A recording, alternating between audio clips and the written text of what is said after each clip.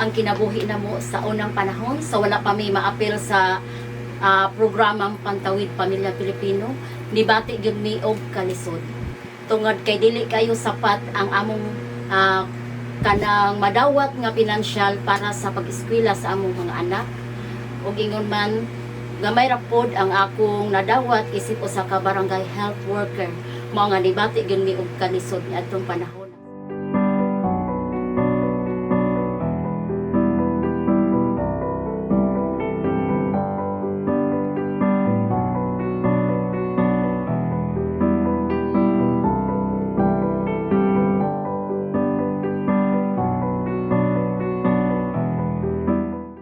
Isip ako ba'y aligi sa pamilya, nakasinati jud ko kalisod atong panahon na sa permiro pag yun namong kuan pagpuyo. Pero pag aduna nay purpose, murag nahayag-hayagan mi og gamay kay kanang ang among magasto napuno-punuan jud ba sa sama sa kanang pagpa-eskwela sa mga bata o sa ilahang health.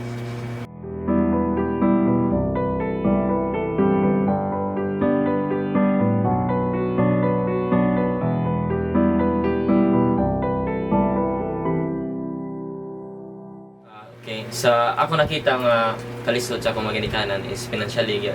So financially unstable gyud ang income sa kuan papa ug mama. So bisan naman sa nakita na ko nga kalisod nila is akong gihimong inspiration ang kalisod. So instead nga mo suko ko or dili ko mo padayon og eskwela, gipanikamutan ako nga upadayon jud para puhon-puhon kaluyan sa Ginoo kung nanagay stable job is makatabang gid ko sa akong pamilya kay sila man ako inspirasyon.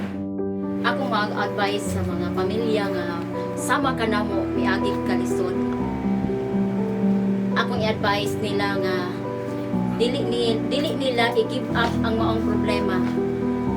Hinuon hatagan nila og kasulbaran para aduna mapadayon nila kung unsa may ilang mga pangandoy sa kinabuhi, labi na gyud sa ilang mga anak ug sa umaabot pa nilang mga henerasyon sa ilang mga apo.